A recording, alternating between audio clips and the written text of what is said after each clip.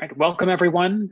And today we're going to start the 5th lecture of session 14 of the Data Science Fellowship Program. This lecture marks a bit of a transition in terms of the topics that we're discussing this week about machine learning. We're going to start to build towards deep networks and some of the principles behind deep learning with this lecture. Okay. So today I'm going to be telling you about perceptrons. Okay. Consider the following image. What do you see? And I'm not going to wait a particularly long time. This is not a breakout question. This is just, what do you see in this image, right? And I contend, without any sort of hesitation at all, you looked at that image and you were able to say, I see the number 8. All right, so now we do come to the first breakout problem of this lecture. Using everything we have learned this week about machine learning, I want you to devise with your partner how to use the random forest algorithm to build a binary classifier that would separate the number 8 from other handwritten digits. Okay, so we'll take a few moments to discuss this with our partners. Okay, I'm going to ask you to wrap up now. Instead of immediately jumping into different ideas that people had, I want to actually start with a quick binary question. So if you think that this problem is difficult or challenging, please raise your hand.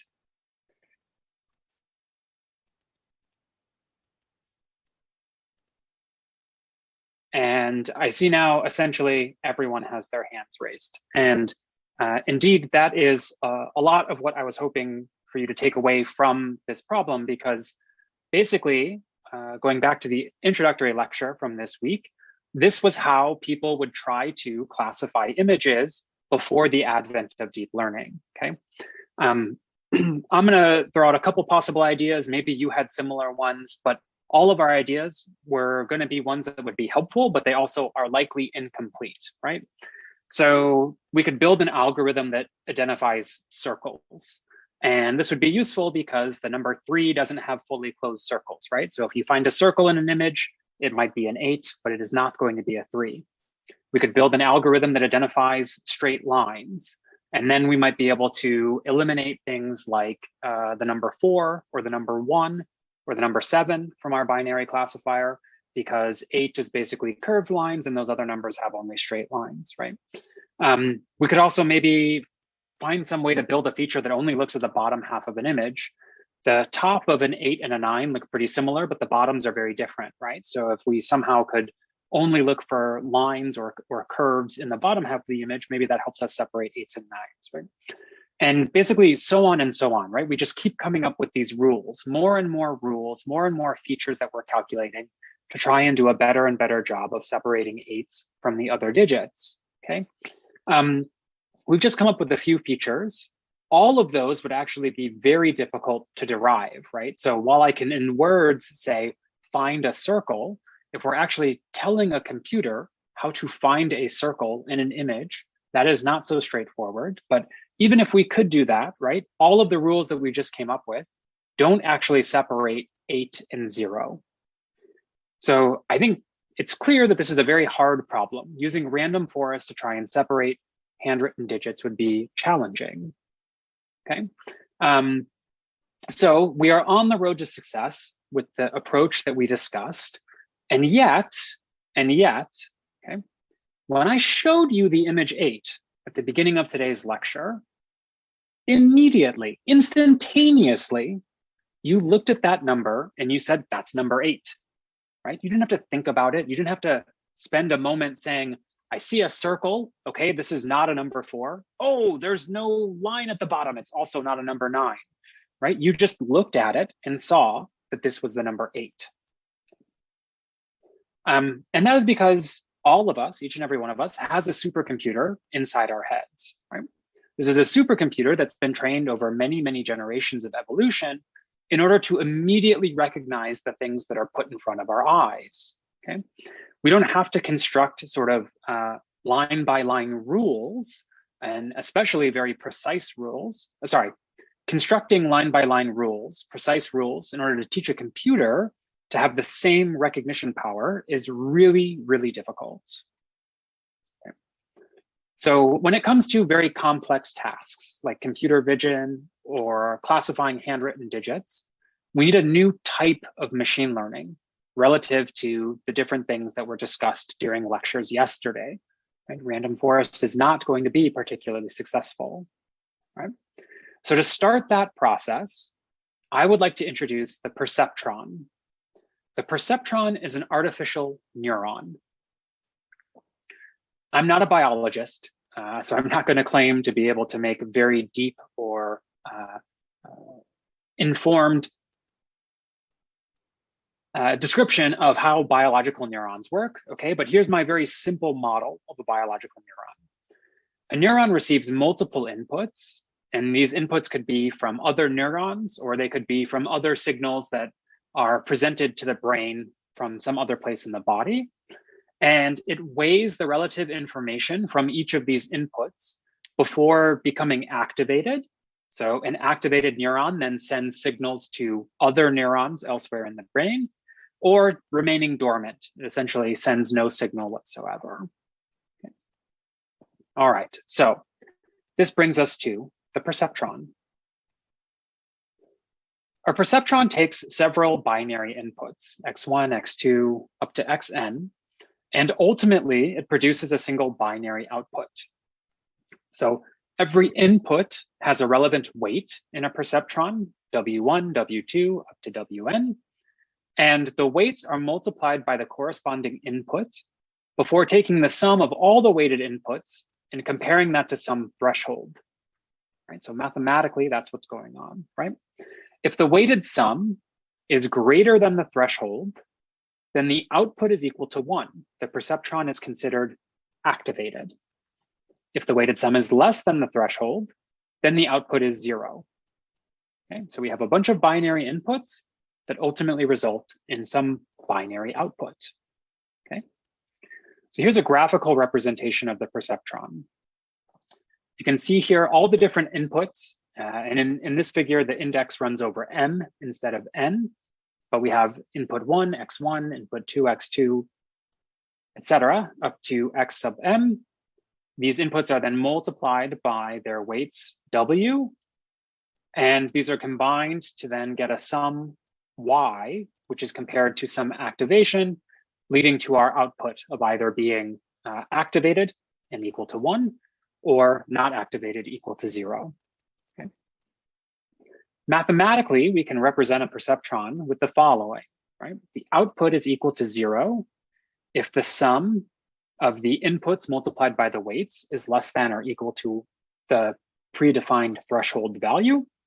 And the output's equal to 1 if the sum of the weights and the inputs is greater than the threshold value.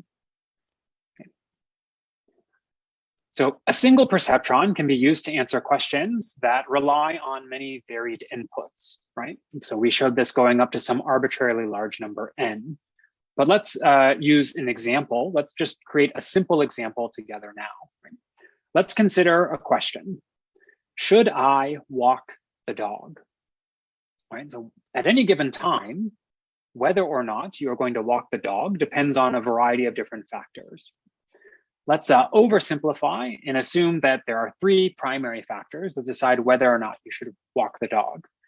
Right? You might ask yourself, okay, is it raining? If it's raining, obviously it's not as fun to walk the dog as if it's not raining. Is the dog asleep? If the dog is asleep, then probably better not to walk the dog, as one then has to wake up the dog, which, depending on the temperament of the dog, could lead to a bark or even worse, a bite. Okay. And then, has it been more than 6 hours since the dog last went outside? And the reason you might want to ask this question is that if you know that the dog is not particularly good at holding its constitution for extended periods of time, even if it's raining, you may still want to take it outside if it's been a long time, okay? All right, so using these 3 questions, right, we want to build a binary output, time to walk the dog or not time to walk the dog, based on these binary inputs, right? And we can use a perceptron in order to do this. Okay, so for our first problem today, I would like for you to write a function called walkDog that acts as a perceptron to decide whether or not you should walk the dog. This function should take 3 arguments. That should be an array, but it's going to be an array with a, the function should take 3 arguments, okay? An array that has the binary answer to your 3 questions. So is it raining? Is the dog asleep? And has it been more than 6 hours since the dog went outside? It should also take an array of the relative weights for each input, okay? And then finally, an optional threshold value, okay? So please write the function walkDog to determine whether or not one should walk the dog. So I'm going to pause now and give you a chance to work on this with your partner.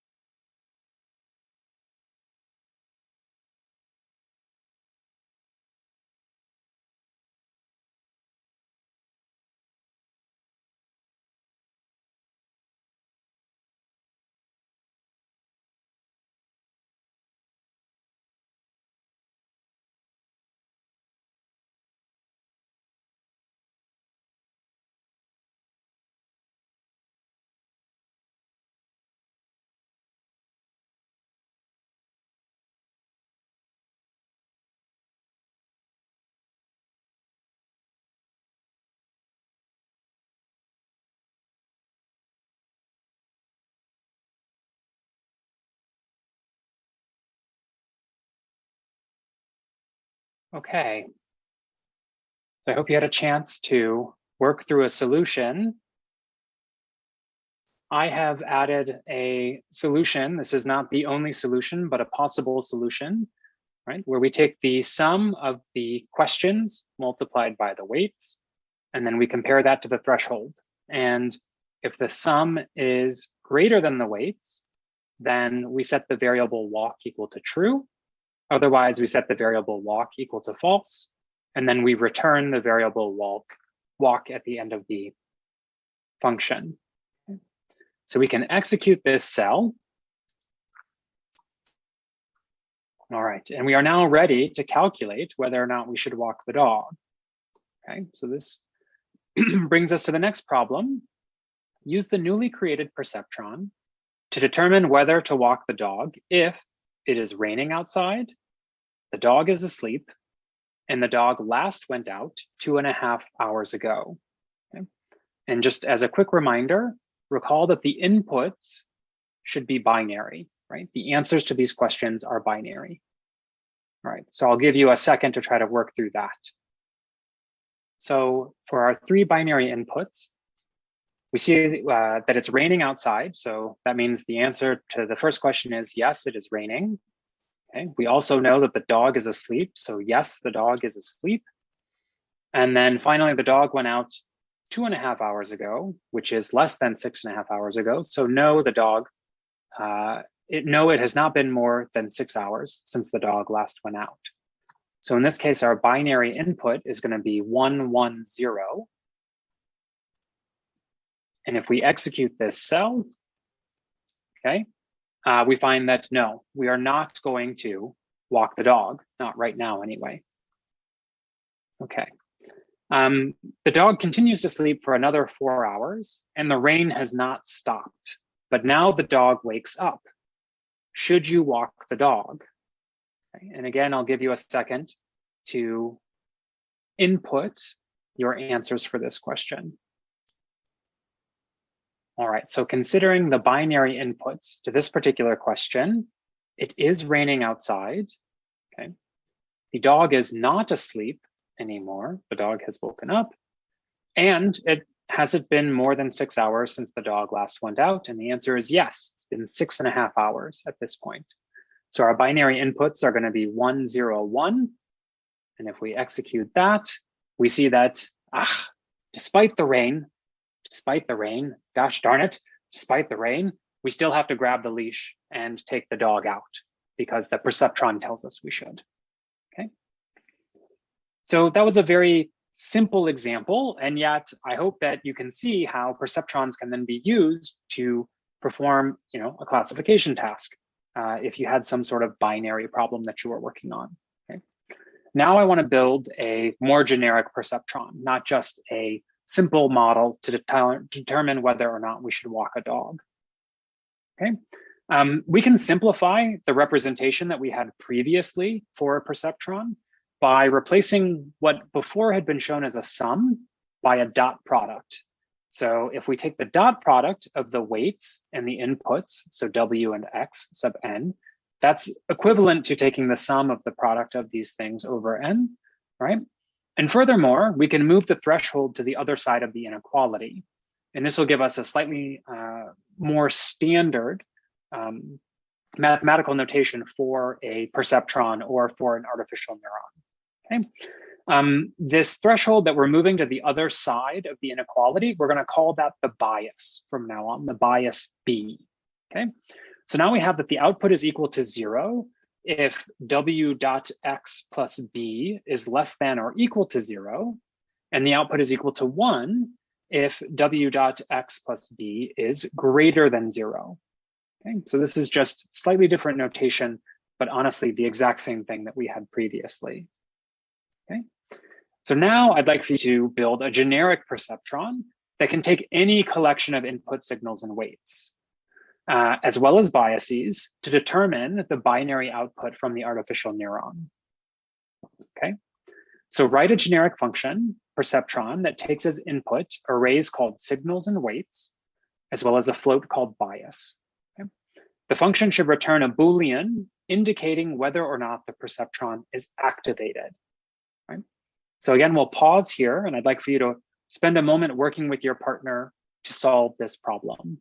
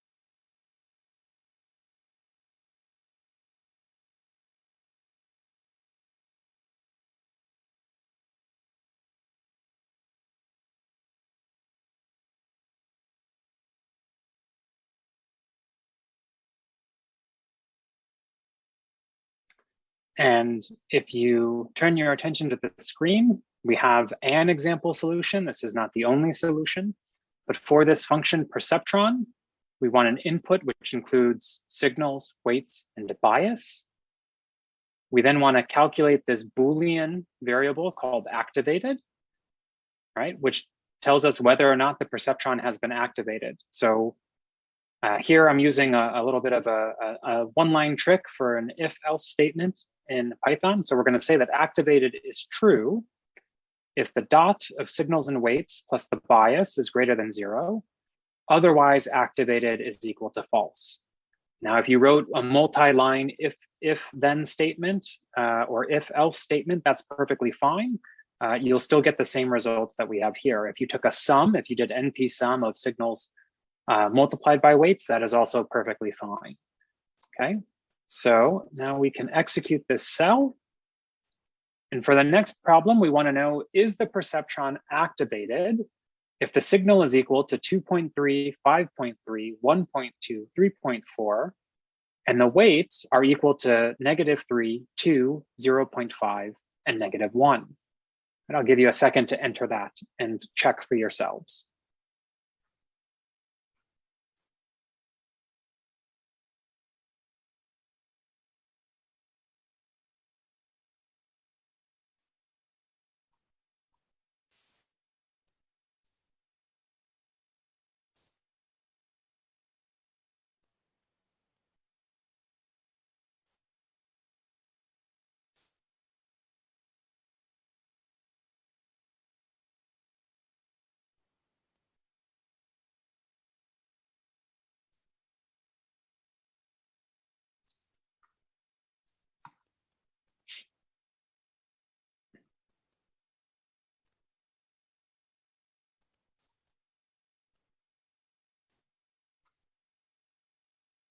All right, so on the screen, you'll see that we've input the signal and the weights, as well as the bias, and we can now execute.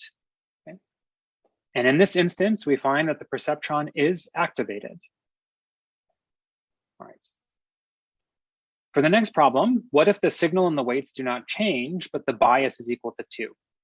Right? And again, I'll give you a second to enter this yourselves.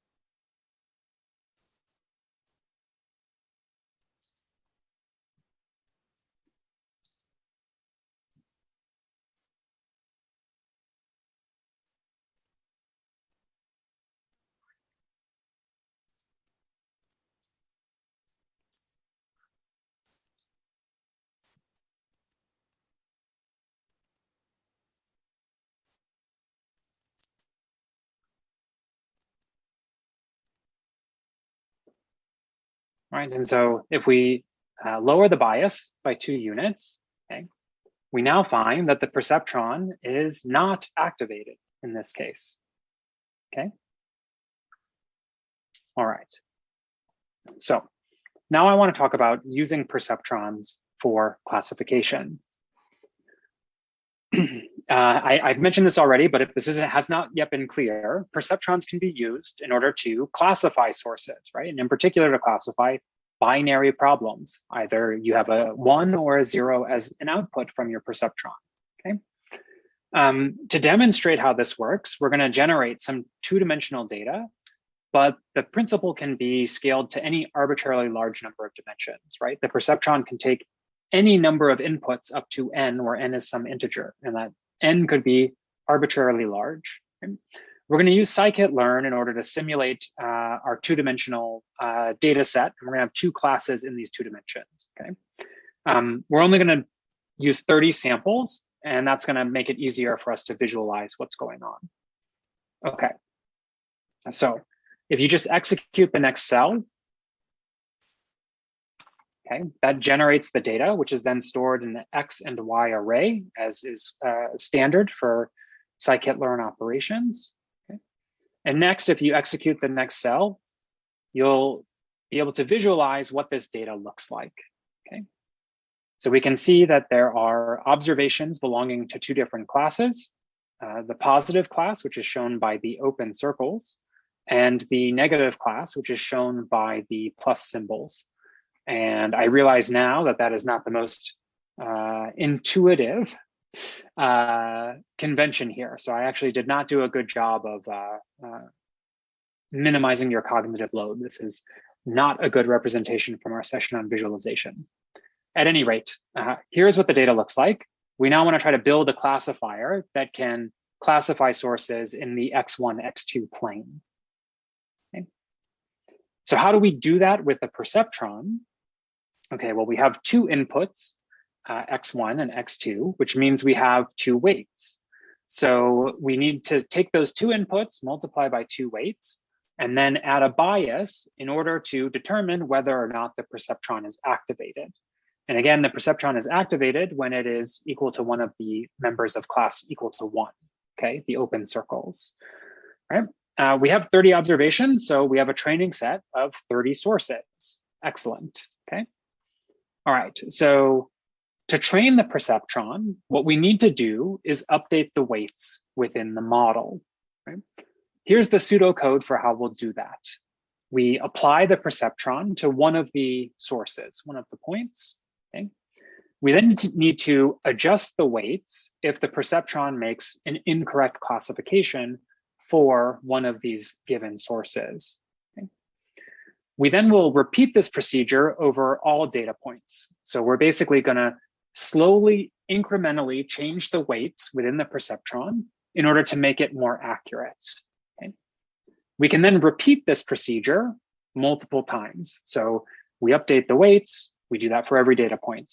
We then update the weights for every data point again and again and again. We'll do this in total m times or m iterations. Okay. How do we adjust the weights? Well, for every sample, we can look at the model error. Basically, is the classification correct or not? And we can adjust the weight to reduce the error for the following prediction. Okay. For a perceptron, you can do this quite simply, okay? The updated weight, W updated, is equal to the current value of the weight multiplied by eta. We'll come back to eta in just a second.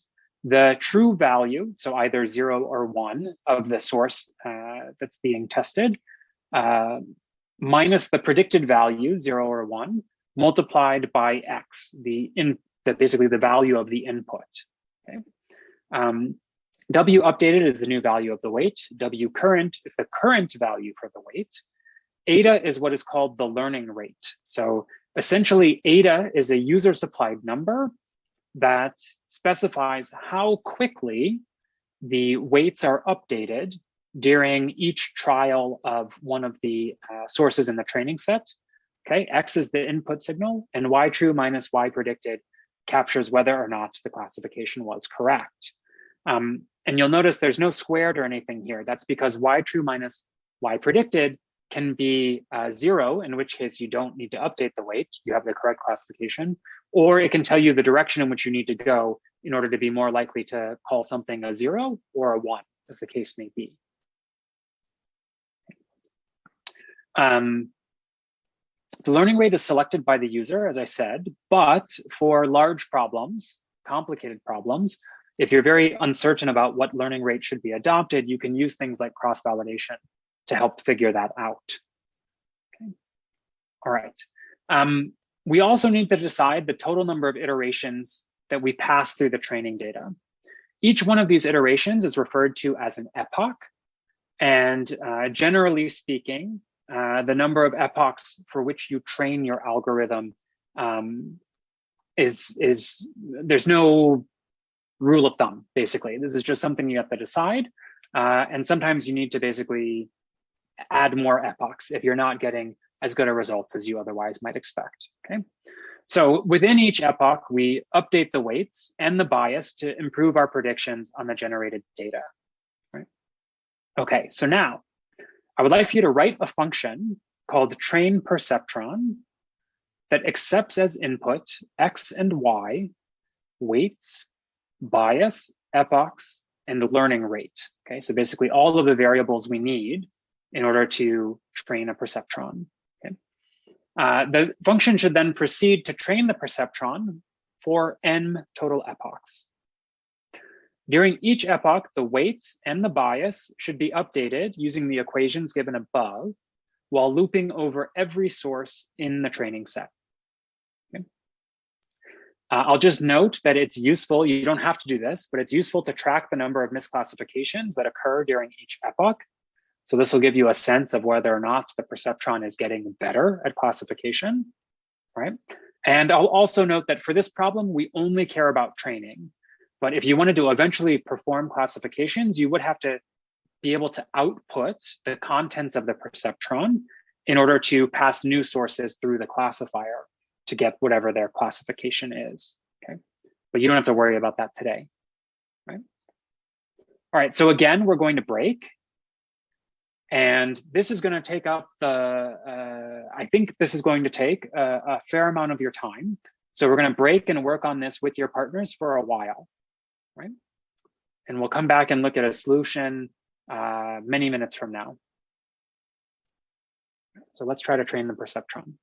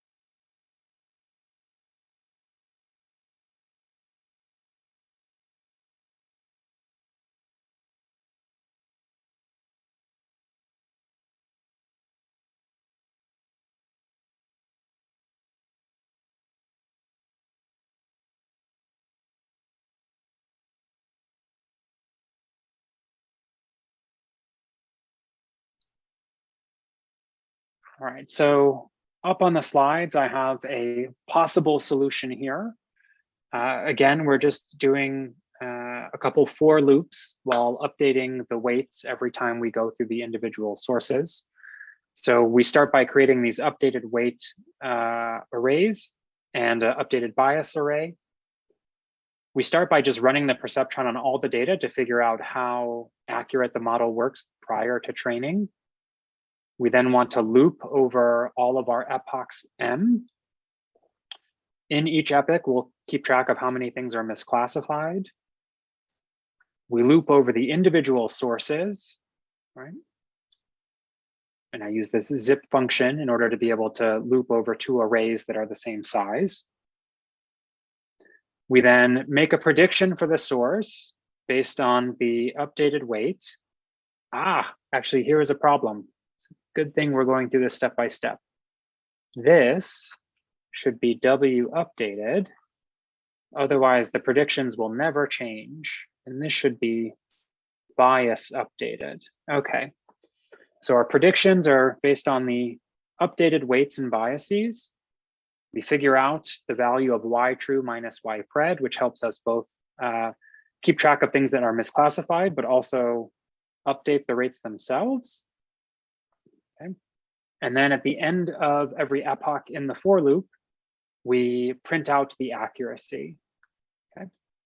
All right, so I'm going to execute this, and that didn't quite fit in slideshow mode, but I'll jump back to slideshow mode now. Okay, so now we want to train the perceptron. We're going to use weights of 0.1 and 1, a bias of 0. We're going to train for 20 epochs with a learning rate equal to 0.005. Okay, and as we'll eventually show, the perceptron is very sensitive to the initial guess for the weights and the biases. Okay. All right, so we want to train the perceptron. I'm going to provide the data X and Y. We are going to provide weights. We said 0.1 and 1. We need a bias. I think we said 1, but now I realize I need to double check. Oh. Bias of 0, 20 epochs, and a learning rate of 0.005. Okay, so back here, bias of 0, 20 epochs, and a learning rate of 0.005. All right, here we go. First lesson of live coding, never do live coding. All right, let's see what happens here. And of course, that did not work. What do you not like? Integer object has no attribute copy. Yes, of course. How foolish of me. Let's go back here and we can just say that bias updated is equal to bias, excuse me. Let's do that. And then while we're out of slideshow mode, we'll just double check X, Y, weights of 0.1 and 1, bias 0, 20 epochs, and a learning rate of 0.05. Okay. Let's give this one more try. Still, misclassified reference before assignment. Like I said, first rule of live coding is never live code. Local variable misclassified is referenced before assignment in line 26.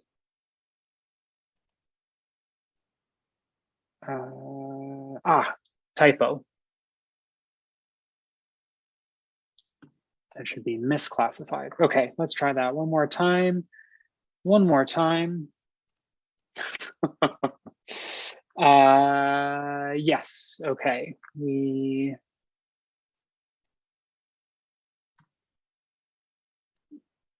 don't want to update the bias multiple times per source. Okay. Oof, I think now we are good. I hope. Fingers crossed, everyone. Okay. There we go. Excellent.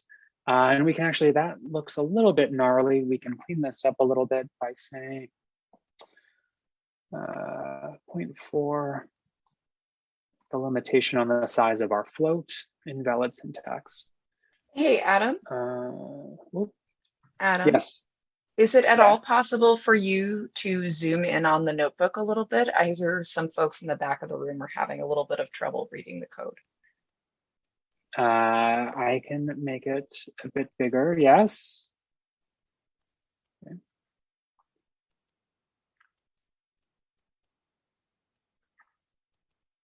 Okay, I think this is as big as I'll be able to make it. But That's again, much better. What we're doing here is we have our updated weights, our updated bias. This first for loop, you don't strictly need, but that's just there to understand how accurate the initial weights are for the model. What you really need is this last portion here. So we're going to loop over the epochs. In every epoch, we're going to keep track of how many sources are misclassified. So we have a sense of how accurate the model is. Okay, we're then going to loop over the individual sources within the epoch, make a prediction for every source based on the current weights. We're going to update the weights and the biased based on that prediction. Okay, and then loop through all the sources once again for the total number of epochs, m. Okay. And this is now working. Let's see if I can get this part to work. Okay. Aha, yes, all right. And so we'll jump back into slideshow mode here. Okay, so now we've trained our perceptron, and we can see that initially the weights are not particularly good, right? We have an accuracy of about 50%, but as we build over the course of these 20 epochs, we eventually get to weights that have an accuracy of about 93%, or a model that is significantly better, right, than where it started. In fact, you might even say, the machine, it's learning. Okay. So now I want to just give everyone a chance, and we're out of time. I apologize about this, but I wanted to give everyone a chance to sort of adjust the weights, the bias, the number of epochs, the learning rate, or maybe you did get this far, to see how it affects the output of the perceptron, okay? And then record sort of what sort of changes you notice as you make these changes, okay? So I don't know, we'll do one quick example right now. So we have X and Y. We'll use weights equal to, I don't know, -0.1 and 4. And we'll set the bias equal to -2. We'll run for 10 epochs, and we'll use a learning rate of 0.01. Okay. In this case, right, we see that for this starting position, we actually don't get a huge amount of improvement in the quality of the model when we only go for 10 epochs, right? Let's see if we run a little bit longer, if we get something that works better, okay? We do see improvement here, but we're still not as good as the input that we had in the previous problem. All right, I'm gonna wrap the lecture. There's just a few more slides left, okay? So it's actually possible, depending on your initial weights, to have a perceptron that gets worse at classification, right? And this can happen if the learning rate is really large. In other words, the weights are kind of jumping around at very large magnitudes, and every time that happens, you're essentially flipping on or off the activation for every single source within the system, okay? It's also possible to build perceptrons that never really learn anything.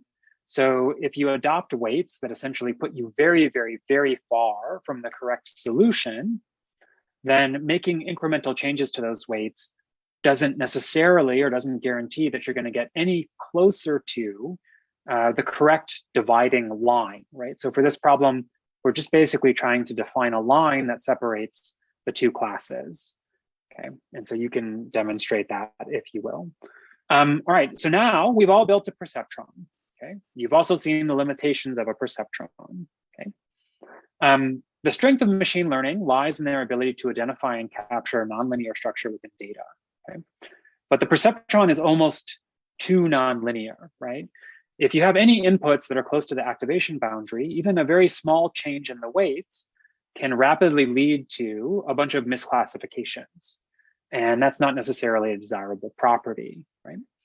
In many instances, it actually would be far better if the adjustments led to a gradual change, so that the quality of the model improved during every epoch, and there's no chance that you basically are essentially, flipping all your weights relative to what they had been previously, flipping all your classifications, that is, right?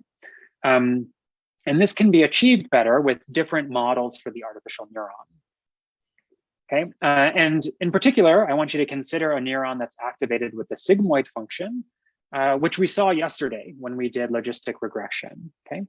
But here Z, the input Z, is what we previously defined as the activation for a neuron. It's just the weights multiplied by the input signals plus the bias or minus the bias. It doesn't particularly matter mathematically, right? And then we can visually quickly look at the difference between sigmoid and perceptron neurons. Okay? We'll do that. And here we see that the sigmoid, right, is more gradual. In other words, small changes in the weights aren't going to suddenly lead to a very, very different classification from your, a very, very output from your neuron, right?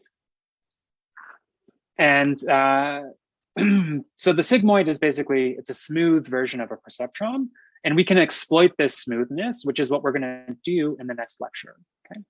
So this is where I'm going to end for today. We learned a lot about perceptrons and how artificial neurons can be used for classification. And that's going to serve as a launching point for everything discussed for the remainder of this week. Thank you, and I will happily answer your questions now.